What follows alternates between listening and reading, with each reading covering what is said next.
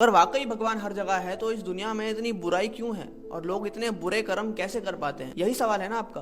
तो आइए इसको समझते हैं, लेकिन उसके पहले हमें यह समझना होगा कि भगवान है कौन। तो अगर हम वेदों से या गुरबानी से इस बात को पूछे तो एक सरप्राइजिंग सा जवाब मिलेगा कि भगवान ना कभी किसी से प्रसन्न होता है और ना ही किसी से नाराज होता है। भगवान इमोशंस में बंधी हुई कोई एंटिटी नहीं है। निर्भव निर्वैर मतलब वो ना किसी से कोई दुश्मनी रखता है, ना ही उसका किसी से मोह है या अटैचमेंट है। अब अगर ऐसा है तो सवाल उठेगा कि इस दुनिया में लोगों के साथ इतनी अच्छी चीजें और बुरी चीजें कौन करवाता है।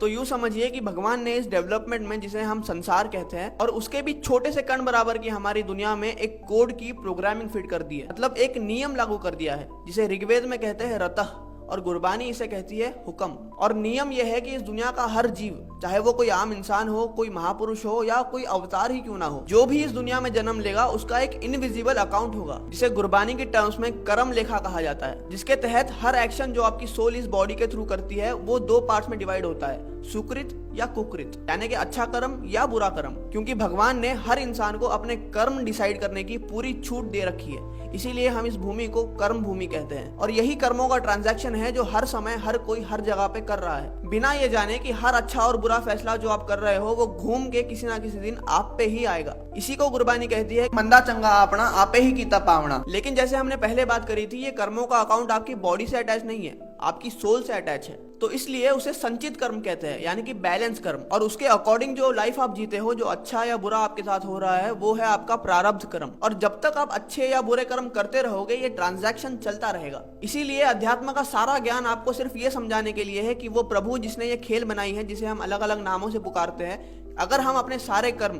उसको समर्पित करके करने लग जाए, तब जाके वो निष्काम कर्म कहलाएगा। जिसका मतलब है कि वो आपके अकाउंट में ऐड नहीं होगा और आप अपनी सुख और दुख की साइकिल से मुक्त हो जाएंगे। क्योंकि दुख जितना बुरा है, सुख भी उतनी ही बड़ी बॉन्डेज मानी गई है। लेकिन निष्काम कर्म करने के लिए आपको सुचेत होना पड़ेगा, कॉन्शियस होना पड़ेगा, और कॉन्शियस होने के लिए आपको भक्ति का, साधना का सहारा लेना पड़ेगा। लेकिन क्योंकि हमसे निष्काम भक्ति ही नहीं होती, हम समर्पण भी नहीं कर पाते और अपनी सुख और दुख की साइकिल में अटके रह जाते हैं। इसी को भगवान की माया कहा जाता है।